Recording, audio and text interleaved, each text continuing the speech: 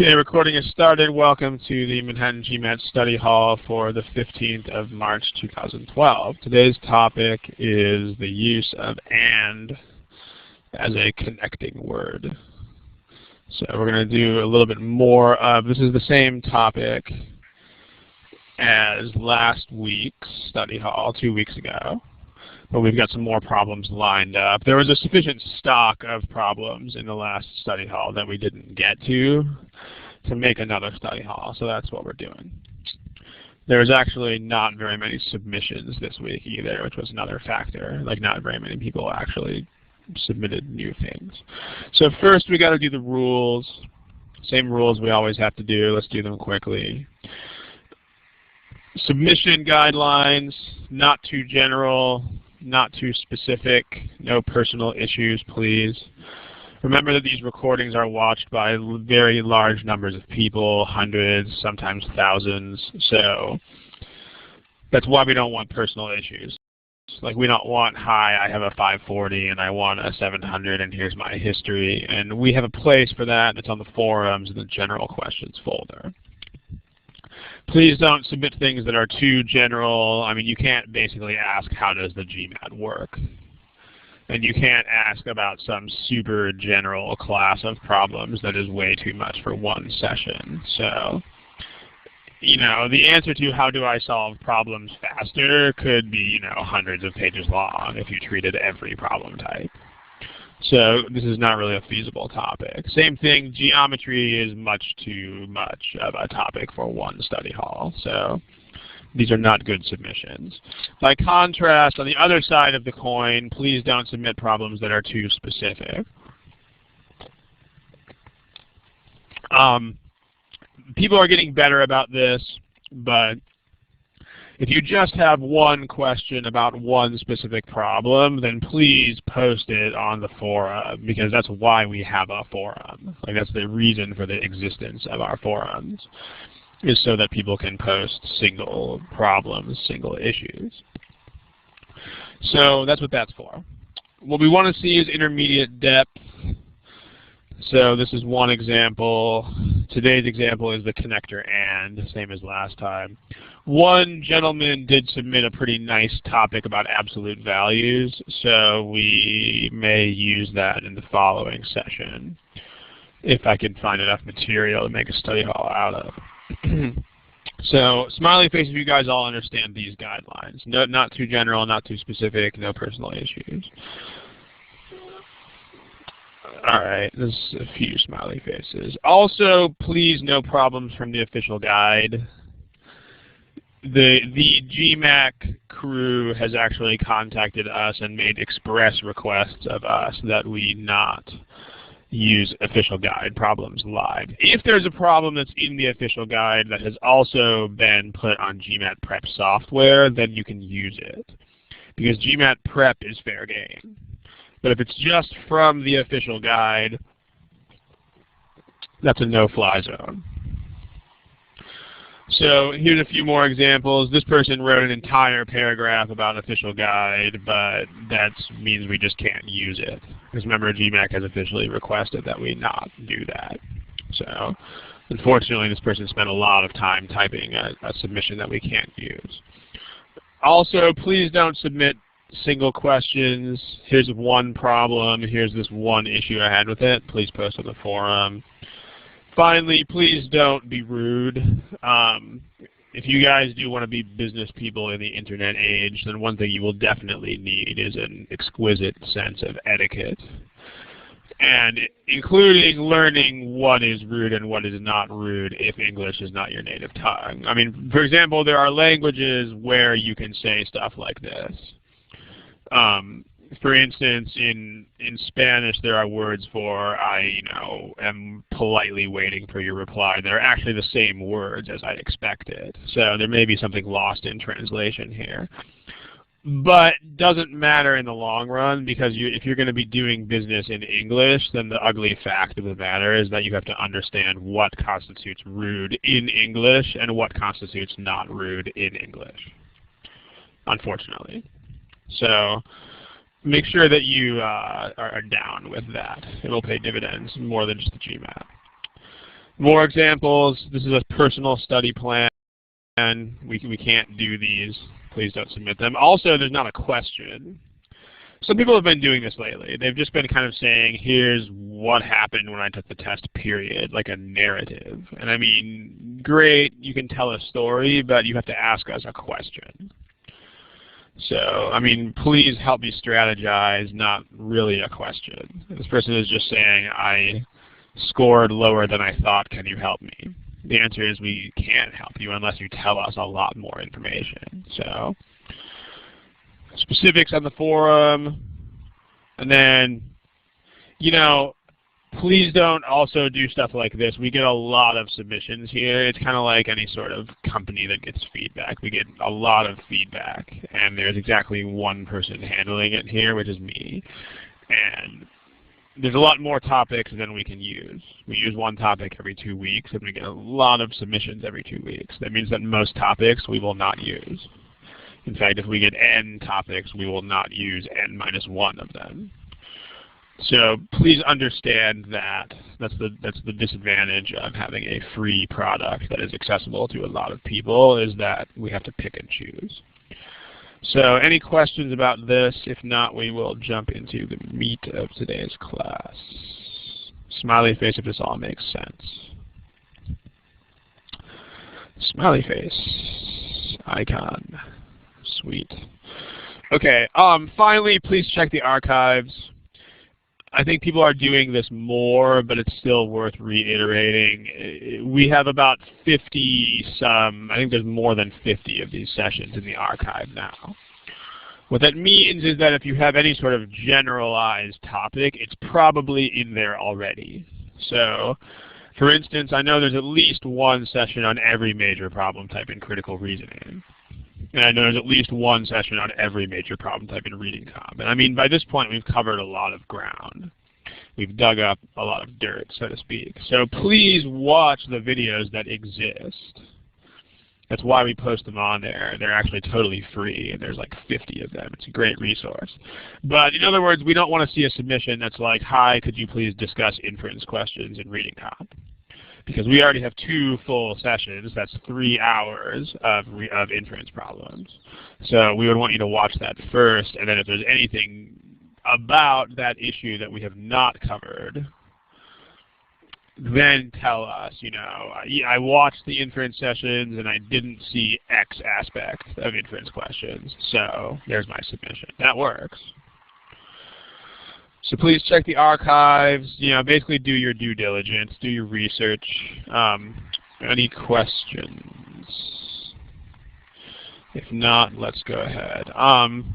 By the way, DK Littlejohn and others, when I say smiley face, I'm not talking about the chat box. I'm talking about there's an icon over there that's below the window with names. It looks like an actual smiley button that you click on. So let's click on that if we're ready to go and do some problems. Click on the smiley face button, please, if you are ready to roll. Okay. So as mentioned previously, today's topic is the use of and as a connecting word. So this is last week's theme, last session 2 weeks ago. This is the theme of 2 weeks ago as well. It is, we still had a batch of unused problems because the discussion went in various directions last time. So, continuation. When we put problems on the board, please do the following. You'll see multiple choice answers. They should have just appeared on your window. Those are what you should use to answer the multiple choice questions. If you are not new here, you will know this. But if you are new, please do not type answers in the chat box. That's kind of the equivalent of shouting out an answer in the middle of a class, which is sort of disruptive. But more to the point, it's going to influence other people's thought processes. To click the answer, you won't see anybody else's answer. Everybody will be able to do it independently, and then we will talk about it as a group. So also, please only click one time. This is not, Jeopardy where you have to keep clicking on the button. If you click it twice, it'll unclick the second time. So if you click an answer, one click. If you change your answer, one click on the new answer. So smiley face if this all makes sense.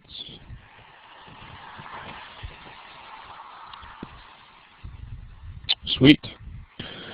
All right, so let's go ahead and jump into it. We're going to put some sentence corrections on the board, but first let's review. This is a continuation of last week, so without doing it in as much depth as last week, let's just do a quick review of what we learned about these things last week. Someone looks like they pressed the hand button. If you have a question, just type the question in the text box, please. You don't need to raise hands. Okay, so what we learned last week, I keep calling it last week, what we learned in the last session is basically, let's condense it. When you use the word and by itself, it implies a couple of things. It implies, number one, that there is a parallel structure. But number two, it also implies that you have equal and basically independent things. So here's something that we put on the board last week. It'll show up here in a couple of seconds. Here's from the previous session. So and creates a parallel structure between elements that are presumed independent or sequential, but even if they're in a sequence, they're still, separate. And then equal in importance or priority. So I like apples, grapes, and bananas is a parallel structure between three foods that I actually like. So here's a food that I like, here's another food that I like, here's a third food that I like. Independently of each other, none of these is a description of any of the other ones. We ate dinner, saw a show, then went to a club. These are sequential, but they're basically still separate. Like none of these things are sub-functions of any of the other ones, or dependent on any of the other ones, or components of any of the other ones, or so on and so forth. So this is how the word and works. So if you say, a truck crashed in front of me on the freeway and I was late to work, if somebody spoke that sentence out loud, what they would pretty obviously mean is the truck made me late by crashing in front of me. But in the chat box, again, what is the actual implication of the way this is actually written on this page? Like if you actually write, and I was late to work, what's the implication in the chat box?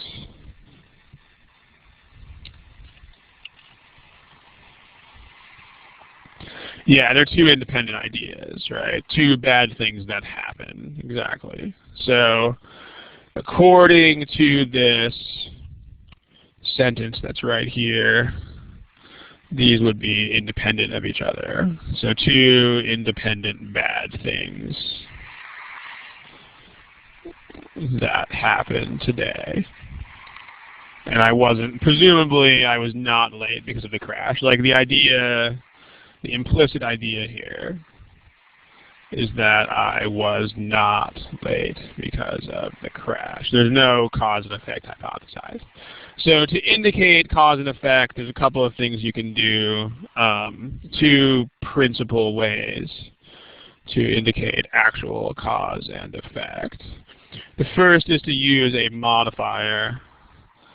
So if you have something like a truck crashed in front of me on the freeway, comma, making me late to work, that works. That's a comma ing modifier. We also have a study hall session that deals with those at some point. And then number two, you can also just use an explicit transition word for cause and effect, like thus or therefore or something, or so. So a truck crashed in front of me on the freeway, and so I was late to work. So you have the transition word so in here. That, I mean, even though you have the word and, what you achieve by adding in this extra transition word is you accomplish this message. You transmit the idea that there is cause and effect. So any questions about this kind of thing? This is a review from last session. If you have any questions about it, please type them in the chat box. Otherwise, we'll start firing up some problems from the text, from mostly the gmatprep. So let's talk about this problem right here. Here is a timer. I'll give you a little bit more time than you probably need. Here's a timer. Again, please use the answer buttons to indicate your answer. Please do not just throw an answer in the chat box.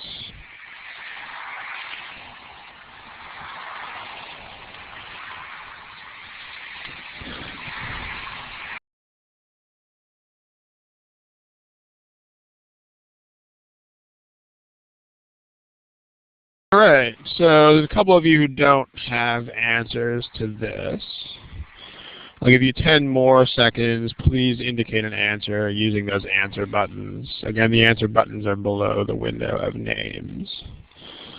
But I'll give you about 10 more seconds to jump on an answer to this one.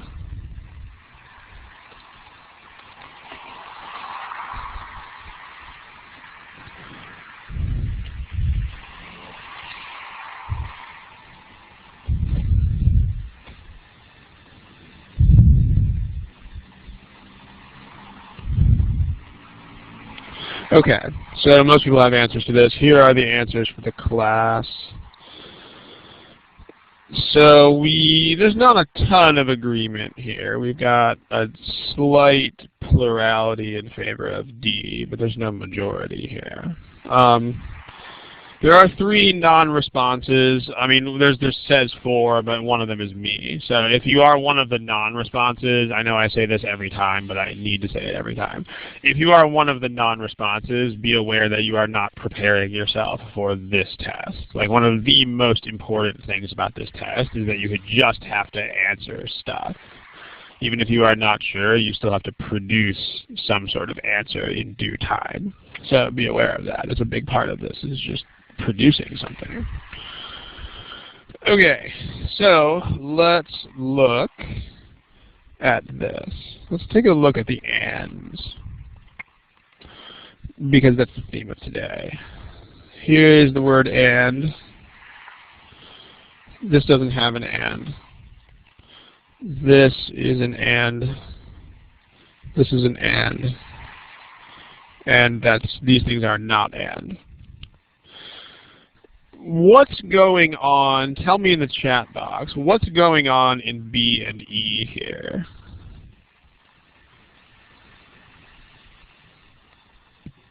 Like, what are those? They replaced and it weighs with a comma plus ing construction. What is happening there? Tell me a story about that. See what you say in the chat box.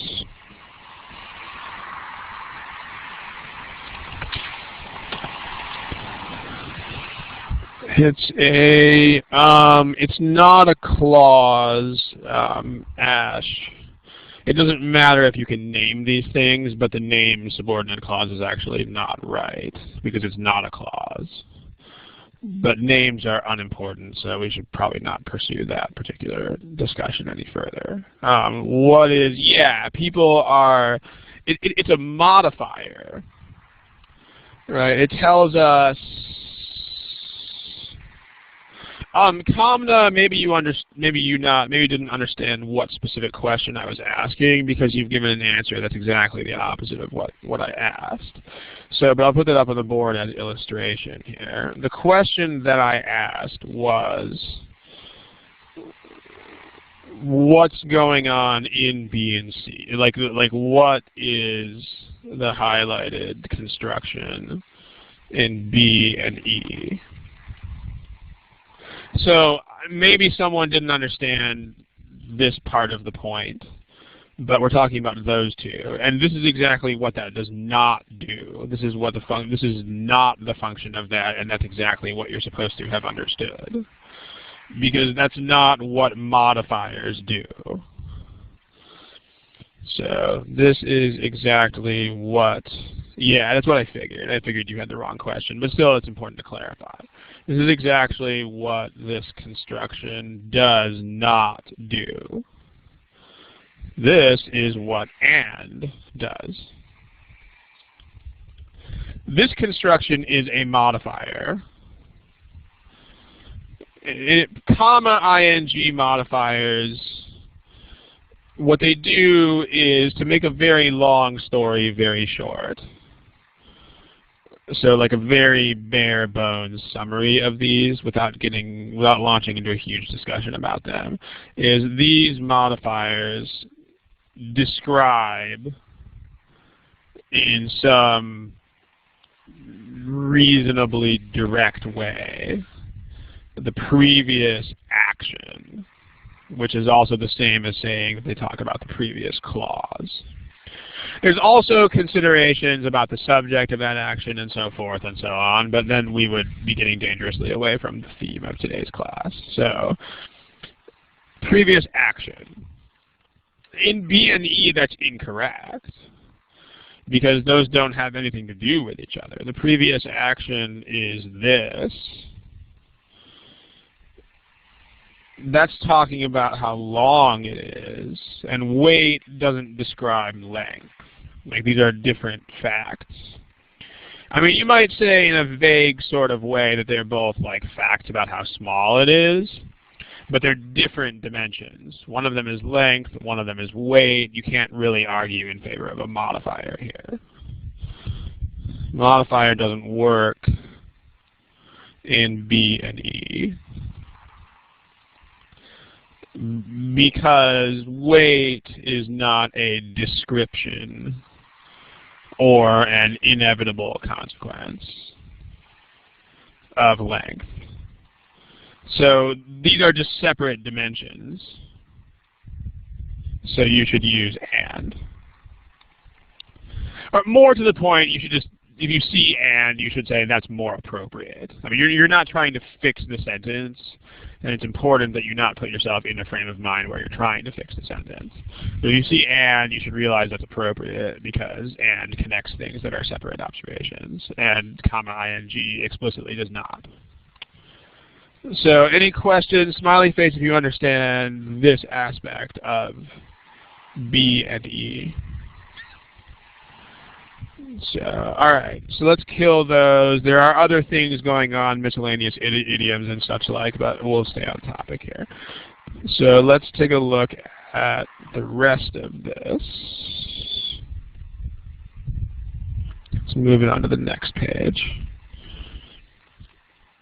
Let's black out the answers that we've eliminated.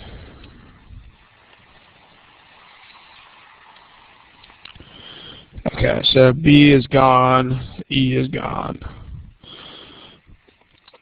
Chat box, what's something else? So we've got the AND. So as far as today's theme, that's pretty much the end of the story. Like, we have what we need to know about AND. The rest of these are all AND.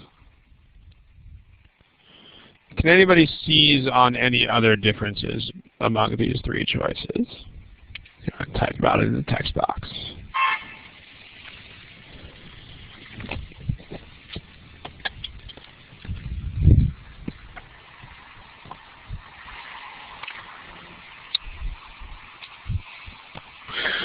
Okay, so people are talking about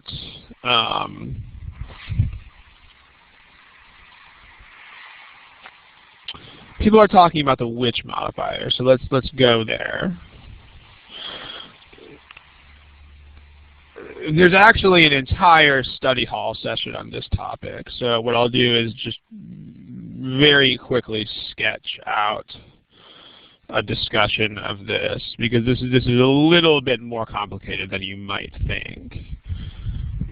But if you have the following,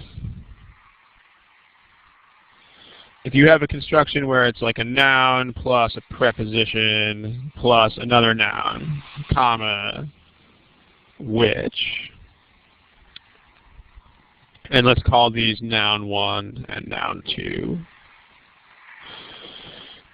In this kind of construction, the which can potentially modify either of those nouns. So it doesn't have to be noun 2, and I think that's what some of you guys are saying when you say touch rule. It's either noun 1 or noun 2, depending on context. The way that you tell which one it modifies is you use the context of the sentence. So for example, in number 26 of the official guide 12, I can't put the whole problem up there, but I think I'm under fair use by using one fragment of it. So for instance, in the correct answer to official guide 12, number 26, the correct answer has Emily Dickinson's letters to Susan Dickinson, comma, which were. Notice what's going on here. Someone is talking about mission critical. I know that's a word that's used somewhere in the strategy guide. I actually don't know what I don't know what mission critical is. I haven't seen that part of the strategy guide in a while, so we'll have to not use that particular language, like maybe explain it in some other way. This is noun 1, this is noun 2, and then that's a preposition. But in context, it's clear that which is not Susan Dickinson. Because number 1, it can't be. That would have to be a who anyway. I mean, a person can't be a which.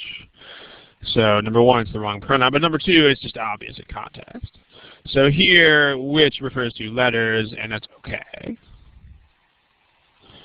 So which is letters to Susan Huntington Dickinson, which is, that's an acceptable construction. So the complaint about C here is probably not as valid as some people think it is, because this is a noun 1 and a prep and a noun 2. This is a camcorder is noun 1, prep, noun 2. And which is actually the camcorder, so I think we are actually okay there. I mean, it may, if you can do this, this is better, but this is not wrong. And let me just make sure that I articulate that point as well.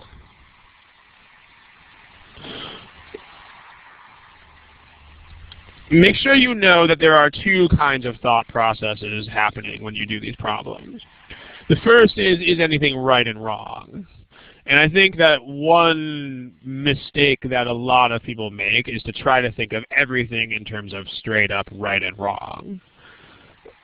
Sometimes it's not straight up right and wrong, and sometimes one choice is just way better than the other one, even though the other one's not like 100% wrong. For instance, this is not wrong for the same reason that Susan Huntington Dickinson down here is not wrong. But this is better because it does place camcorder next to which. The reason why it's important to think relatively here is that if this were the only option that you had, then you would have to say, okay, that's not wrong, and I'm not going to eliminate it.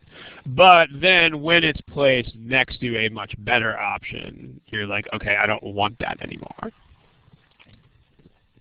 It's exactly like anything else. Like if you're trying to buy a pair of jeans, okay, if a pair of jeans doesn't fit you, then it's wrong and you don't buy it.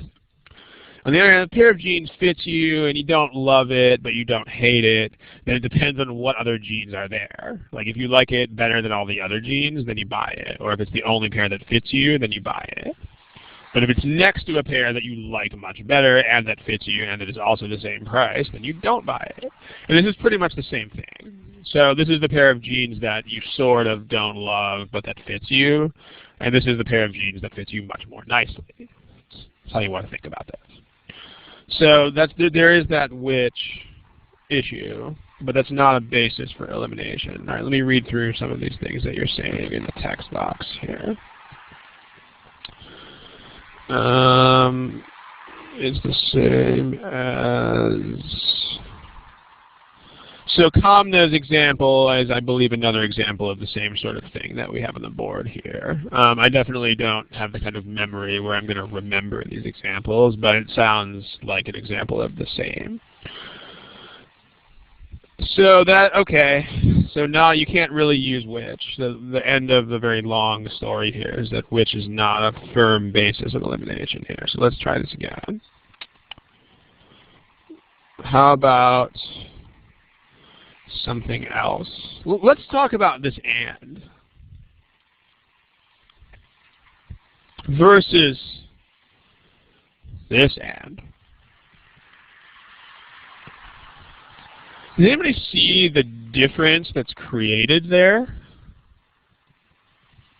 Let's see what you guys go for here. Let's see what you say about this.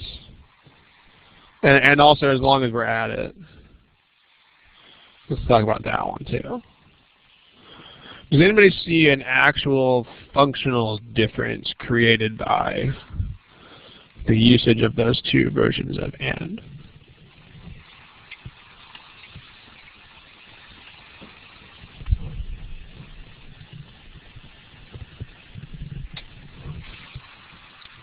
I see some people typing. You might be typing here for a little bit because this is not a simple question with a short answer. So we'll wait for a little bit.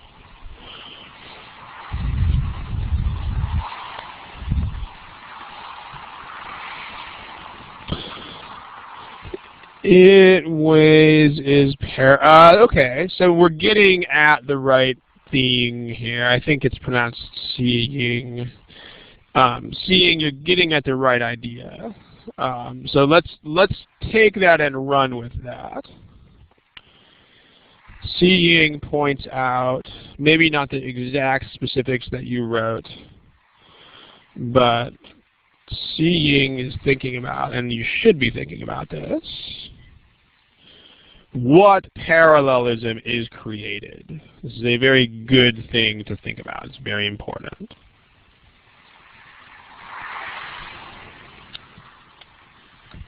Okay. So, what parallelism is created? Well, let's take a look at D. This is just ways. Because remember that words that come after these parallel words are definitely included. So this is blah, blah, blah, blah, blah, and weighs less than 11 ounces. What's parallel to weighs? It is. So in choice D, it's another verb, right? So in choice D, we know that we're looking for blah, blah, blah, and weighs. So in this blank right here, we need another verb that creates the parallel structure. So that's going to be is. And this is a parallel construction that actually makes sense because there are two interesting facts about the small size of this device. Number one, it is as long as whatever. And number two, also interestingly, it weighs X amount. That's the actual parallel structure that is intended here. Like remember, when you talk about parallelism, you should always be able to call the parallel structures A and B, or like X and Y. if you were speaking out loud. So here you can totally do that here. Like this thing A is as long as this, and B weighs only this much. This makes perfect sense. Any questions about the parallelism in choice D? Okay, now let's look at choices A and C.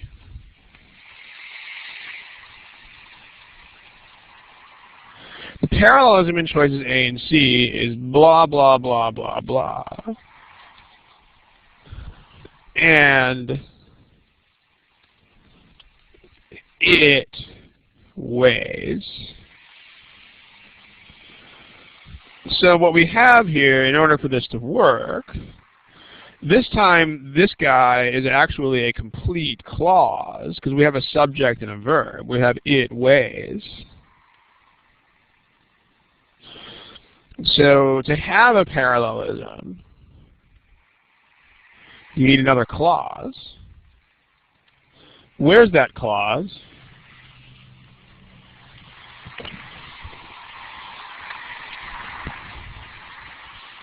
Text box. Chat box, whatever you want to call it. Like, what's actually parallel to it weighs in choices A and C?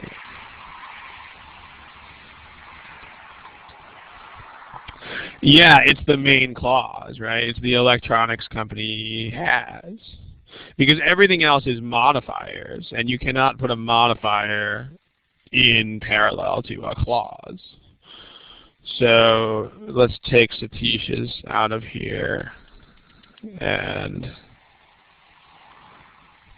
you got this. So choices A and C are saying, weirdly enough, that the electronics company weighs about 11 ounces. It's kind of strange, right? The electronics company has unveiled what it claims to do this. So the electronics company has done this. Modifier, modifier, modifier.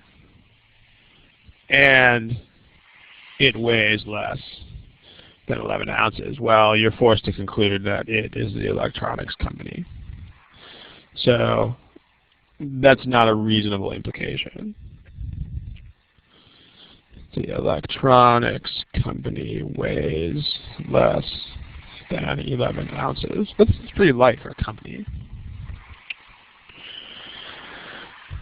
So that's something we can look at. And I mean, this is the other aspect of AND, is that AND creates a parallel structure. And so when you see it, you should not neglect these basic mechanical forms of parallelism. Like remember, when you're looking at a parallel structure, so the basic deal here is don't forget how parallelism works.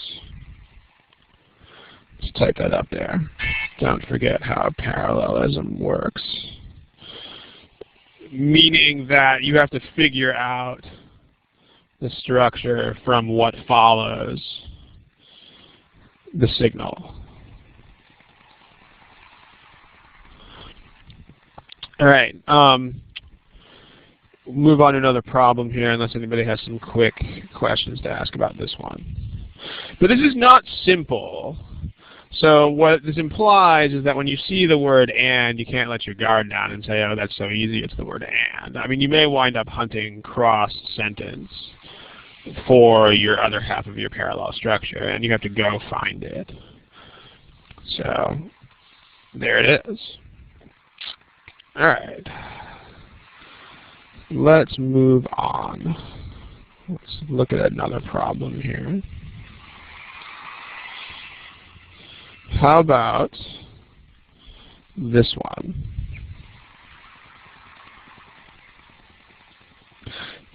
Yeah, I mean, we just got done explaining why A and C are wrong. So the answer is D. Sorry for not explicitly saying that. These are incorrect. Okay, let's try this.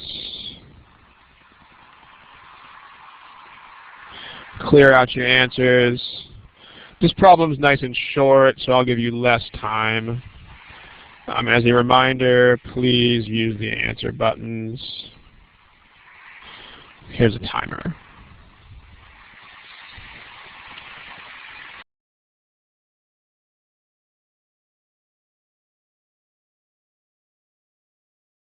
Okay, there's still quite a few of you without answers here, so I'll give you about 15 more seconds. But this is a short problem. That means you shouldn't be spending very long on it.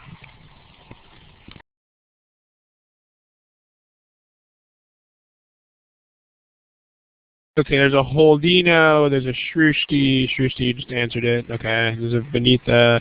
If you guys have not answered the problem, that means you got to get on it.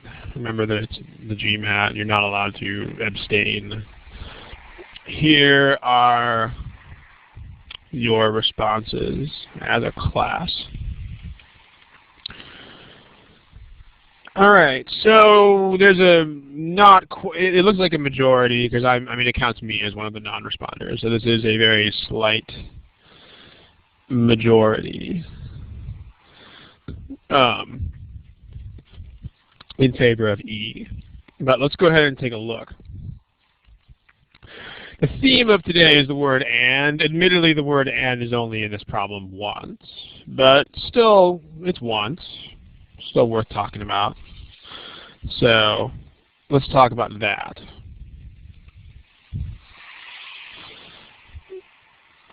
How does that work? Chat box. Just the and. Like if you're gonna, so don't write about other mistakes at the moment. We'll wait on that. Yeah, what we're implying is that there's not really a relationship. So Karen, that's what I was saying, like don't go there yet. Like just the and. Let's just talk about that right now. It doesn't make sense because these are not separate facts. I mean, there's two things going on here. The two facts about this worm or moth or whatever it is they talk about. Number one, it's a critical source of fat. And then number two is the bears like find a whole bunch of them under the rocks. So this thing is a critical source of fat. Number two fact is that the bears like go hunting for ridiculous numbers of them. So, okay. These are not independent. I mean, one of them is kind of an extension or an explanation or a detail about the other one. These are not independent observations. Number one is the reason or rationale for number two. So therefore, and is not really an appropriate connector.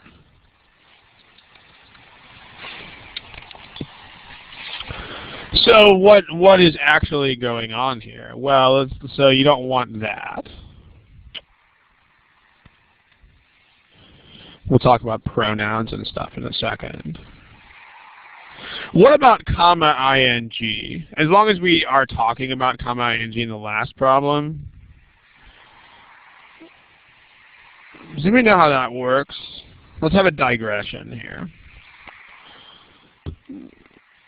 If it says comma overturn ing, who does the overturning?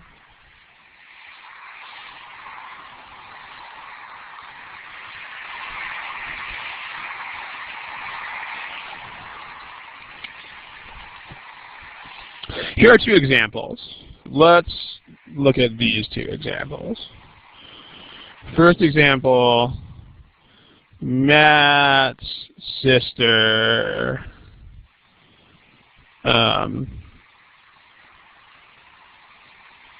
slapped him, comma, angering the children's father. And then the other example would be Matt was slapped by his sister, angering the children's father. Okay. Let's talk about who made who mad in these problems. Like who, I mean, in both cases we're talking about the same action. Yeah, Matt's sister said pow across the face or whatever. But what's the difference between these two sentences? Let's see if any of you guys can explain briefly in the text box.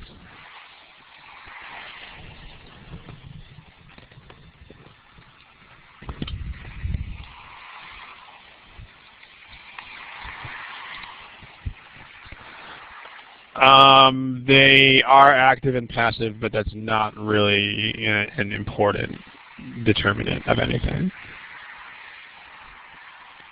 Yeah, seeing, if you guys look in the text box at what seeing and J are saying, when you have comma ing modifiers, the idea is that the agent of that action, like the ultimate thing or person who actually makes that ing action happen, is the subject. So that has to be the ultimate source of the ing action. So the subject of the previous clause should be the source or agent or doer of the action described in the ing form. So comma angering in this case is talking about Matt's sister because that's the subject. So that's the action clause, whatever you want to say. So the implication here is that the dad was mad at Matt's sister for hitting him. Versus the implication in the second sentence is comma angering refers to Matt himself. So the implication here is that dad was mad at Matt, like presumably for being hit by a girl or something like that. There's very different meanings here. Like they're describing the action that is ultimately the same, but the modifier is talking about the generator of that action. So there's different things here about the user as RA. If you're talking about something called possessive poison, that's something that you do not have to use ever, and in fact that the official people have edited out of the most recent editions of their books. So we should probably not pursue that thread. So notice this also makes C incorrect, because according to choice C, who's overturning rocks? The moth is, right? Because this is kind of like Matt's sister slapped him, angering the children's father, so subject is the moth. So according to that modifier, the moth is overturning the rocks. That doesn't really make any sense.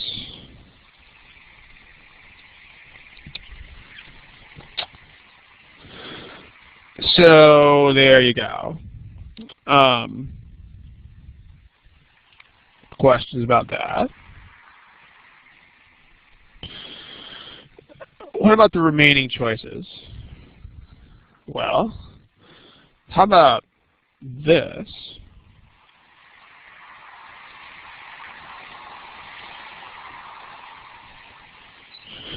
When you see that kind of difference, you should definitely be thinking about whether that pronoun is acceptable.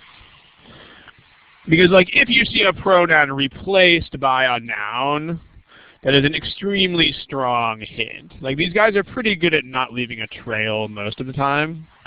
But if you see them take a pronoun out and put a noun in its place, then they're, in almost all cases, are trying to correct a pronoun that is not legit. I mean, there's going to be exceptions to everything, but if you see this happen, you should very strongly suspect that the pronoun has issues. So if you see a pronoun taken out and replaced by a specific noun, you should strongly suspect that the pronoun is incorrect. Although you should still check. You should still check with pronoun rules. So in A, you have a them. Who is them supposed to be in choice A? It's what Karen was saying before when we were having the discussion about another topic. Like, who is this supposed to refer to?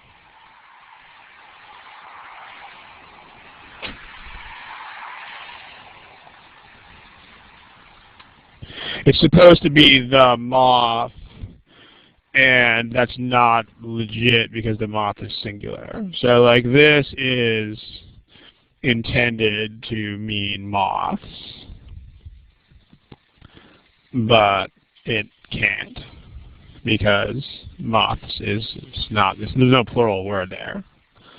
Moth appears as the singular form.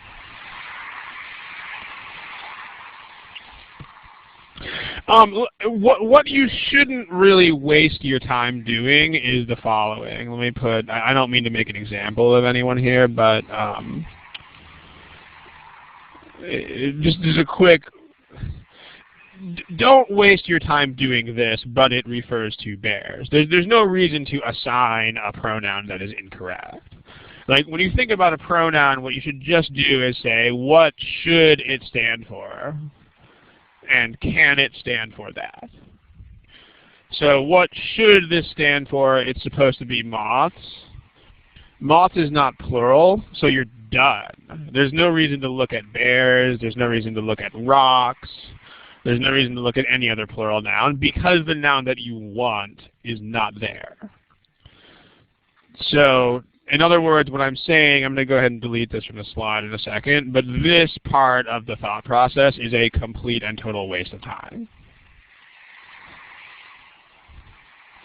Because as soon as you figure it out that moths is the intended thing here, then, oh, look, it doesn't say moths. Done. Incorrect. So a lot of people do this. A lot of people frantically hunt through other nouns trying to assign the pronoun. But why would you do that? I mean, if it doesn't assign to where you want it to go, it's wrong. All right, let's get that off the board. B is not a sentence. I mean, you can't, in brief, a semicolon is like a period. And after a semicolon, you would have to have another sentence. So this overturning rocks is a fragment. Fragments are not sentences, so this is not okay. And then we can cross this one out in green because of the pronoun issue. So we've got E. There's one issue regarding the insect and stuff, which we'll talk about in a second. There's a question here that let's address this really quickly. Does the comma ing ever address the touching noun? Let's address that question. Let me put it on the board. Okay, there's that.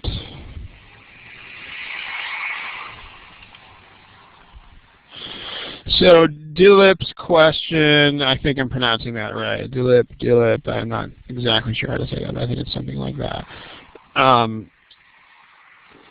There's the question. The answer is, if it follows a clause, then no. But if it just follows a noun and doesn't follow a clause, then yes. So if the modifier actually comes after a clause, then no. But if it just follows a noun and doesn't follow a clause, then yes, it can. And here's an example of that. If you say, like, the two injured birds, comma, flapping their wings frantically. Sorry about the noise in the background. I'm outside right now. Flapping their wings frantically, comma, searched for a safe place to land. This is a correct sentence. Like, there's no danger of any issues with this modifier because there is no clause. So you can't talk about modifying a clause because there isn't one. So in this case, the flapping their wings frantically is definitely talking about the birds, and that's totally legit. So Dilip, I hope that clears that up. Okay. Let's look at the other question that was in there before, which was, let's go ahead and get the correct answer here because that's what the question was about. So let me see how I can work some magic here. Let's get that to go away. So that is grizzly bears, which overturn the rocks to find the bears. Okay, this is your correct answer choice here. The question, I know the 40,000 got a little bit cut off here, but that's fine. I think you guys get the point. So the question that a couple of people asked, it looks like Seeing has found an example of this. Let's go back to that really quick. That's impressive. Seeing, how did you find that example? Like, did you have it bookmarked under some kind of topic, or is it? Well, I mean, I know it's in a question, and it's one of the official guide questions. But like, how did you find it? Like, did you have a bookmark? Did you have it bookmarked under ing or something like that, or is your memory just that ridiculous? I mean, that's a pretty amazing skill of memory if you just remember it. Okay, I mean, well, I'm flattered that you remember my posts. I mean, I don't want to talk about this forever, but what I'm wondering is how you remember that particular question right off the top of your head. Presuming you've read hundreds of posts, I mean, that's pretty amazing to me. But anyway, let's go back to this. The question that was being asked by a couple of people earlier was this modifier. How do we know what this is talking about? The question is basically, is that a reference to bears or to rocks or to insects?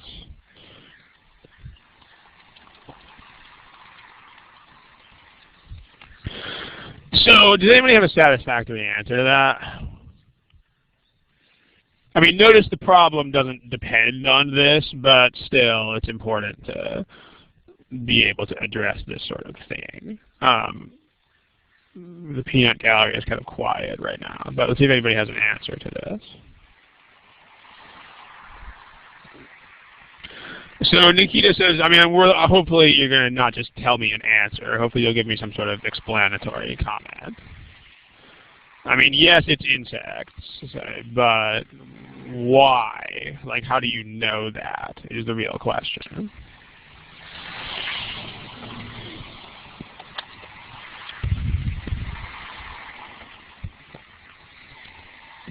I mean, how do you use modifiers? Like, if you really had to summarize modifiers in one sentence, like all modifiers, can anybody give me a one-sentence summary of how basically just about all modifiers work? Like, what is the main mission of a modifier, or like the deal? It gives information, and then like, where do you put it?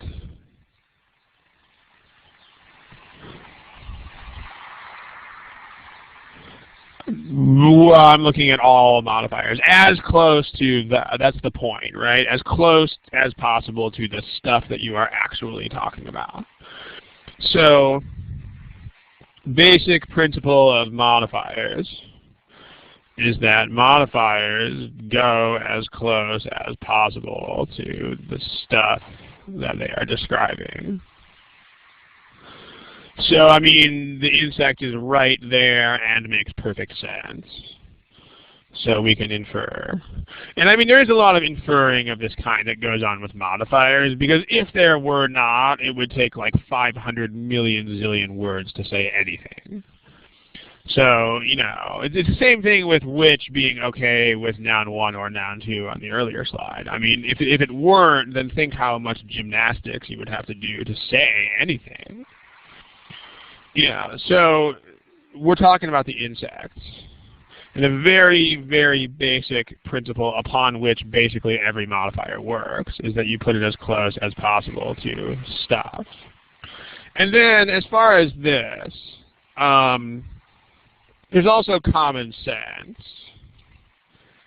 I mean, the sentence is about moths. It's about the cutworm moth. Okay, like it would be really weird and schizophrenic if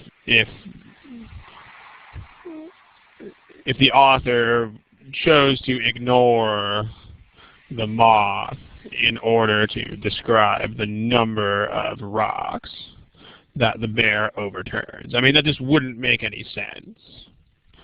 Because, like, sentences have to be about things in a way that makes sense. So, like, this is a sentence about this moth.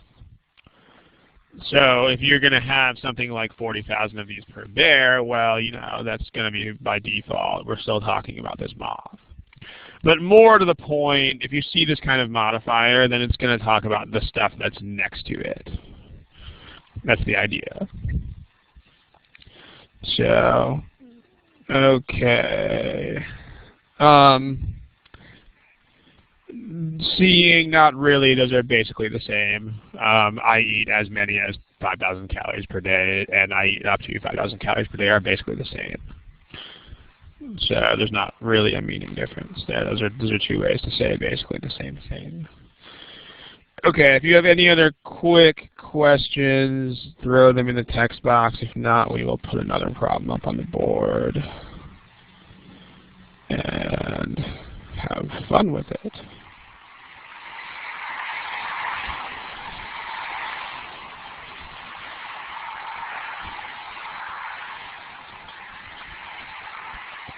Okay, let's look at another one. How about this one?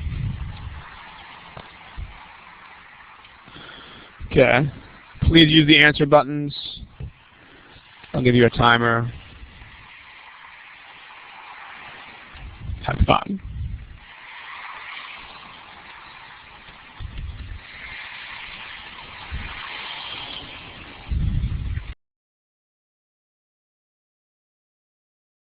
Okay, there are still a number of you who have not picked an answer, so I'm looking at you, Matt, I'm looking at you, Nikki Perry, and I'm looking at you, Aris, Eris. Please pick something.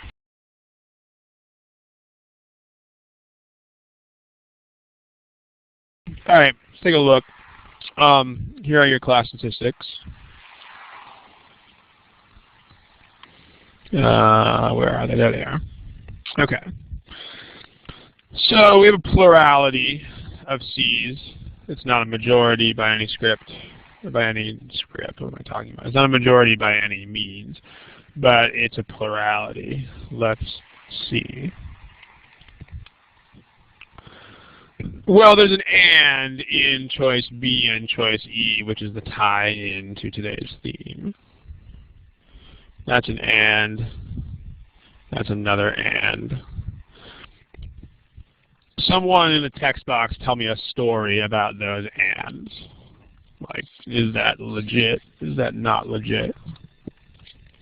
Etc.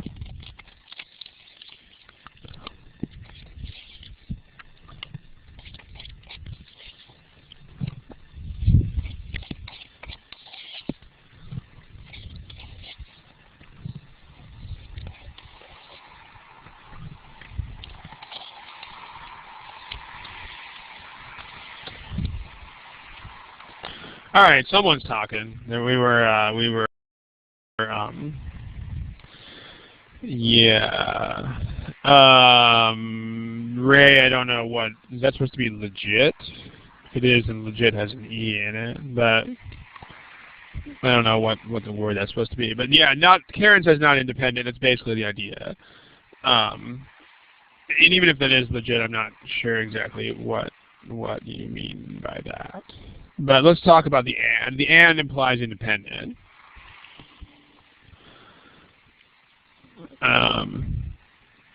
Independence. These things are not independent. Because the second part, which is, you know, the northern and southern Indian alphabets, come from here, is a description or additional information about the Aramaic script. So therefore, and doesn't make sense.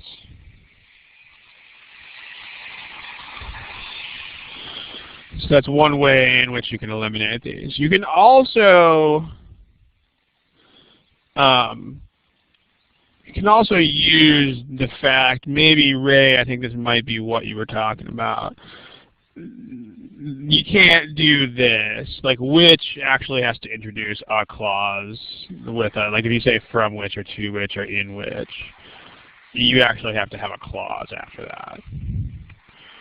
So if you have from which or to which or according to whom or etc., you actually need a legitimate clause with a subject and verb.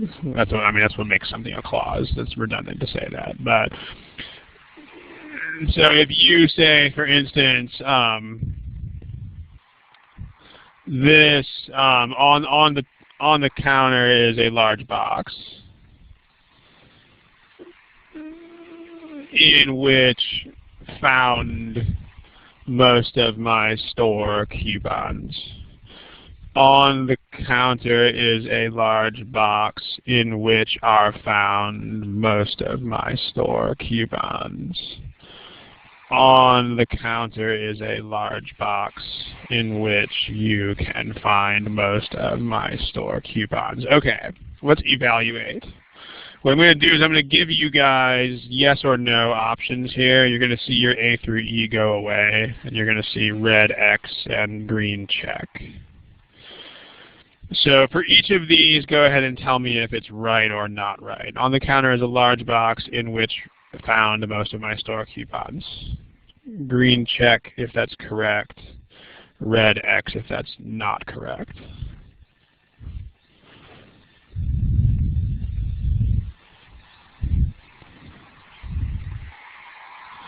This should not be a time-consuming decision, so please pick green check or red X. Those are where the A through E used to be. So if you are Aris or Ash or CC or Kamna, you should pick one. This needs to be a decision that you can make fairly quickly.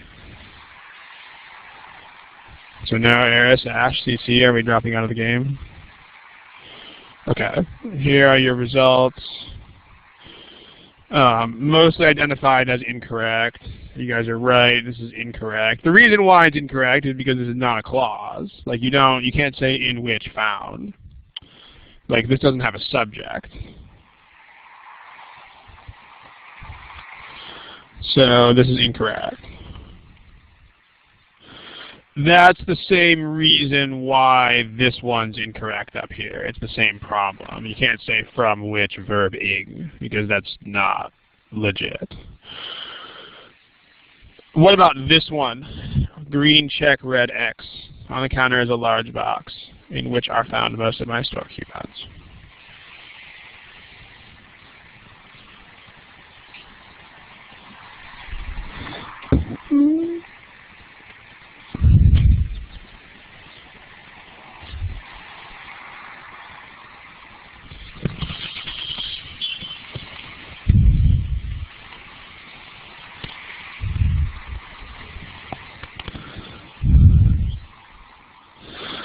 Everybody pick green check, red X, please.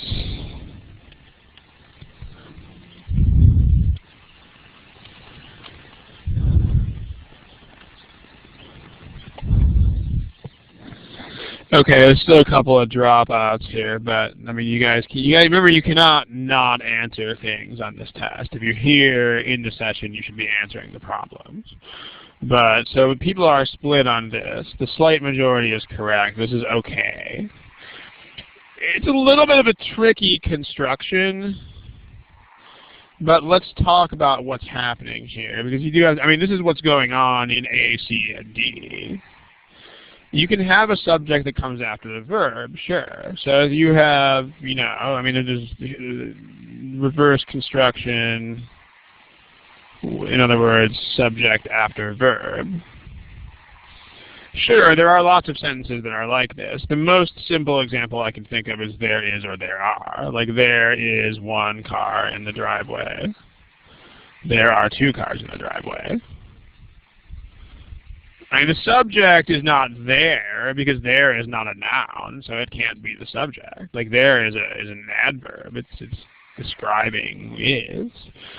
So the subject of these verbs is the cars that follow them. I mean, in other words, this is, grammar-wise, this is the same as one car is there in the driveway, but it's used differently meaning-wise. So your subject here is one car. Your subject here is two cars. It's not just there is, there are. I mean, anytime the stuff in front of the verb can't be a subject, then your subject is behind. So if you say, on the beach was a single pigeon hunting for food, versus on the beach were two pigeons hunting for food. These are both correct as well, because on the beach is not a subject. It's a modifier, a prepositional phrase. I mean, those things can't be subjects. So here's a verb. Here's a verb. The subjects are not on the beach. So the subjects are this: single pigeon, two pigeons. So that's the construction that is going on here. Are found is the verb, and most of my store coupons is the subject. This is actually, you can say, in which most of my store coupons are found. This is actually the same construction. So, in which are found these things. Importantly, that's the same construction that is used in all of these remaining answers, one of which has to be the correct one. So, this is, you have the from which, that's a verb, that's a verb, that's a verb.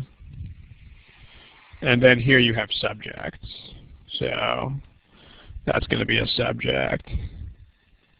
That's going to be, I mean, that's an incorrect form, so we don't need to look at B. This is the subject. This is the subject. So it's a lot like are found, most of my store coupons. And then the last one, I don't think we need to do the survey. I think you guys know that the last one is correct. So there. But this one's also correct. The one in the middle. It's got a backward construction kind of like those examples down there.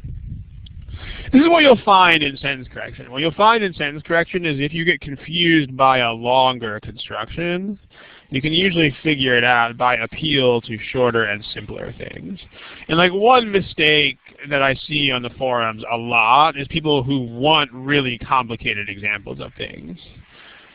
So it's this weird problem where they don't understand something because it's complicated, and they're like, give me a really complicated example. Well, not what you need.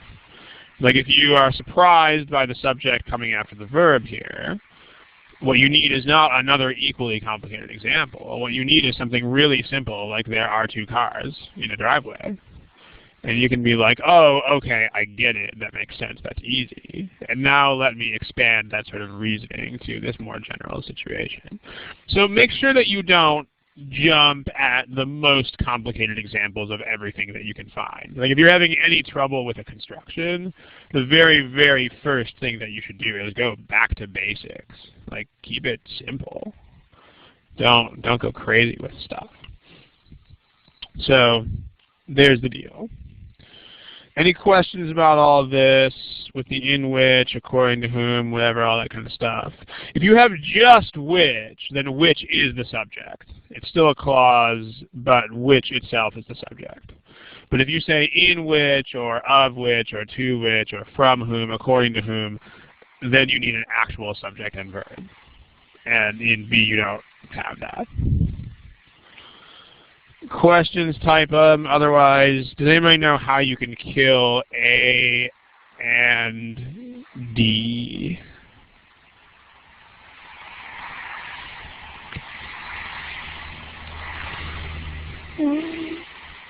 Yeah, it's subject, verb, and agreement. Bringing, how is bringing the clue? Karen, if you could tell me more about that, I would be interested in hearing about it. Because I don't see anything obvious about bringing. So, well, okay, you're talking about verb tenses. There's nothing wrong with a past tense because this stuff did happen in the past. I mean, you can look at this in one of two ways, and this is the problem with verb tenses, is that a lot of the time it depends on the perspective that you're taking on the situation. Because like here we're talking about an alphabet that comes from other alphabets. And there's two ways in which you can look at that. The first is you can say historically some people once upon a time like actually made these alphabets from that one. In which case you actually would want the past tense. You would actually want was derived. I mean, you would want were derived, but I mean you would want that tense. On the other hand, you could also take the perspective of, hey, these are alphabets that still exist. So I can speak about them in the present, you know, to emphasize that these are existing items, but I'm talking about their origins. So in that case, from which derive or derived would make sense. These are both fine. So it's kind of like saying tortillas are made from corn because, you know, people still make tortillas. Tortillas were first made from corn or were made from corn also makes sense if you are talking about the historical event of, whoa, somebody made tortillas for the first time.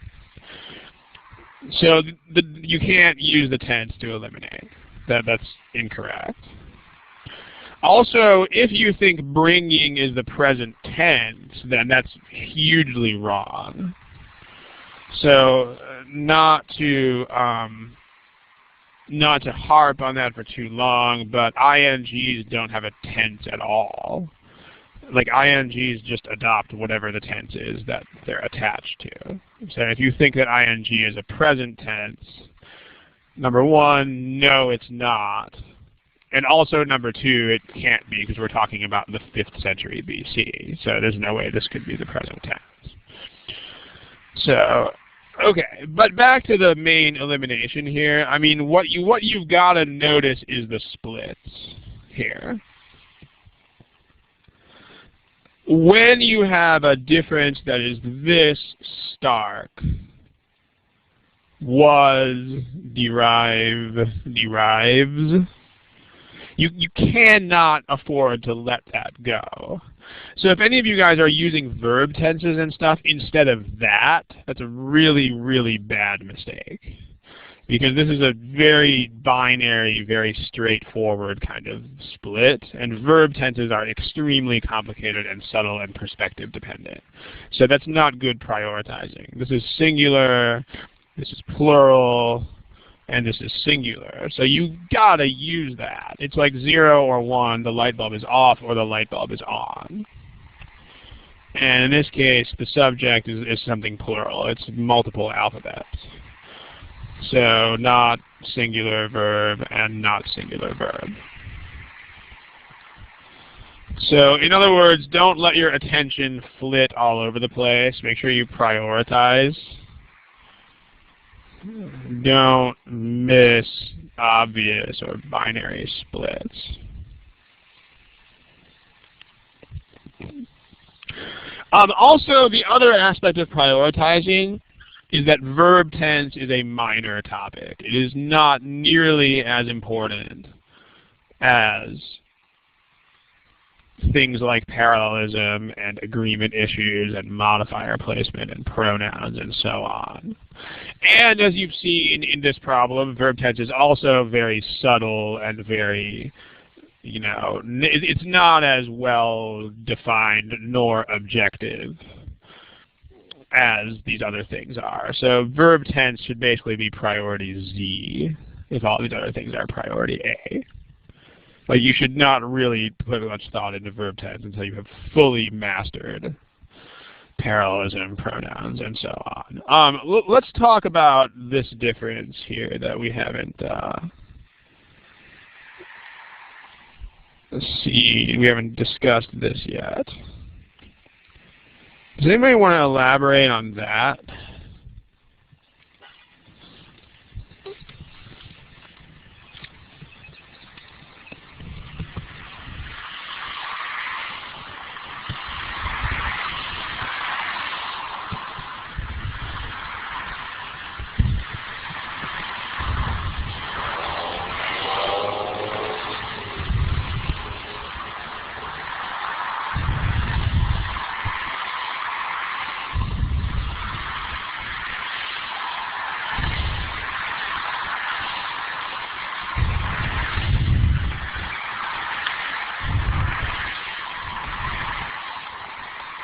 See what you guys write. There's a bunch of people typing.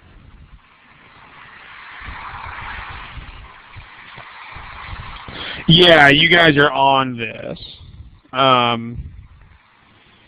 Not TTW, but everybody else is getting the point here. It's not TTW, no. I mean, it is... it can still be the empire, even though the empire is not right next to it. In fact, pronouns would be pretty much useless if they had to modify what was right next to them. But it's not a pronoun issue. The issue is, again, what's the #1 principle of all modifiers? Is that they should be close to, I mean, one thing that I think a lot of people don't appreciate is that you can solve like up to half of all modifier issues by just applying this single #1 principle, which is you should put the modifier as close as possible to the stuff that it's talking about. That's it. So if you see something like this, where in A and B it's farther away, and in C, D, E it's closer, then C, D, and E are better.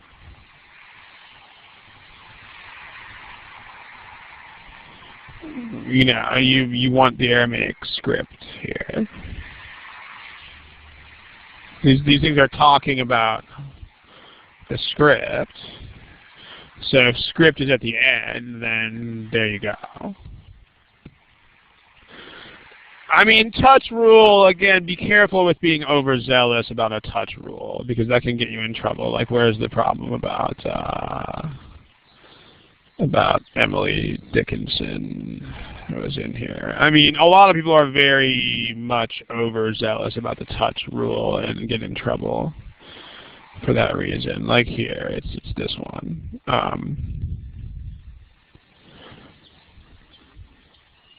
Okay, like this is not strictly speaking a touch rule, like which doesn't touch letters, but this is still fine.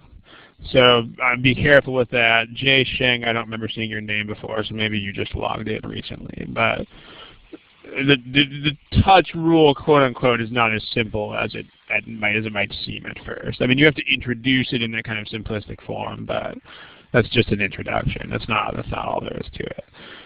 We gotta run here in a second. There's one more question about this deriving problem, which is this. Let's go back to that here. Okay. The other question asked about this is, Seeing is asking about the difference between what's the difference between derive and are derived. This is one of the few verbs whose meaning is largely the same in either voice. This is one of very few verbs whose meaning isn't very different between active and passive forms. In other words, like this is, I mean, it's a little bit different, and I'll try to tell you what the difference is. X derives from Y means that Y is the source of X, which is a general statement of fact. Like, for instance, I don't know, like, sugar derives from sugarcane. All right. On the other hand, if X is derived from Y, like other passive voices, but so you can also say something like the species X derives from species Y, like through evolution or something like that. The difference with the passive voice is, like other passive voices, it's restricted to cases where literally it's done by someone or something else. So Y, like this, is actually performed usually by people. So it's okay to say sugar is derived from sugarcane, because that's true. I spelled sugar wrong. I'll fix that. But species X is derived from species Y. Most probably false, unless this is done in some like genetic engineering lab. So unless you are talking about like literally making species in a lab. So that's probably more explanation than you would want there, but that's the deal. So let me fix sugar. So both of these work in this case. That's the best that I can do there. Are they going to test you on this? I doubt it. Like, notice that they made this a really stark difference of subject-verb agreement. Presumably so that you don't have to know subtle little differences like this. I mean, you'll find that almost every little difference like this, I mean, they're illuminating, they're interesting, I think they're fun because I like words, but you'll also notice that most of these differences are completely unnecessary to solve the problems. So it's good to not get off topic here, basically. We gotta run, we gotta finish here. There's not really much of a time. Excuse me, there's not really much of a time buffer today, so if you have admin questions that can literally fit in the next 20 or 30 seconds, then fire away. Otherwise, good night and good luck sort of thing. Thank you for attending. Love you all. We will see you again in a couple of weeks. Probably going to do something quant next time. You guys are welcome. Have a wonderful couple of weeks. And I'm going to go ahead and log you out. Good night and good